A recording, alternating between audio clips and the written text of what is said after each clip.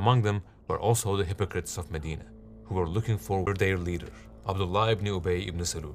The man who never stopped scheming against the Prophet ﷺ out of jealousy had again evil plans in his mind. He claimed to believe in Allah and His Messenger, yet there wasn't even a trace of faith in his heart. He had come that far, but from the very beginning he had been hesitant and full of fear. Then all of a sudden he stood up and shouted, Muhammad listened to the words of young men with no experience and left my advice. O people, I just cannot understand. Why should we risk our lives fighting for him when he didn't listen to us?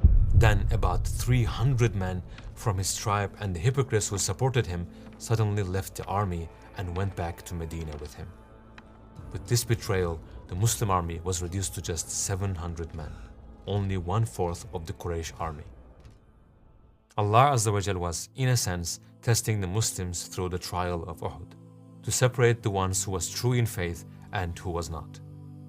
And He revealed this to His Prophet ﷺ through this ayah. Whatever you suffered on that day when the two armies faced each other was by the will of Allah, so that He might distinguish the true believers and expose the hypocrites. The Messenger of Allah did not turn back because his army had grown smaller. He continued his march with the remaining companions, but at the same time he was deep in thought because of a dream he had seen. So what was this dream? He told it to his companions.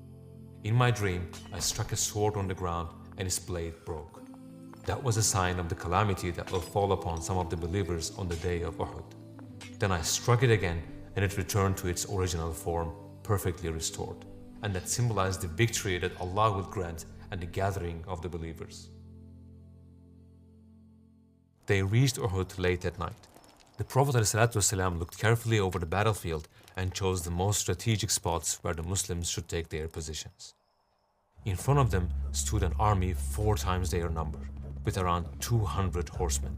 So the Prophet ﷺ had to plan every move with great care.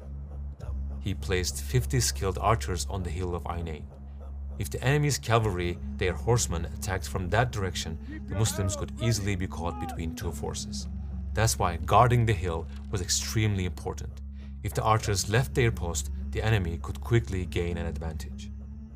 The Messenger of Allah gave the archers a clear command. Even if you see us defeating the enemy, do not leave your position until I tell you to or send someone to call you. And if the enemy defeats us, do not abandon your post saying, let's go and help them.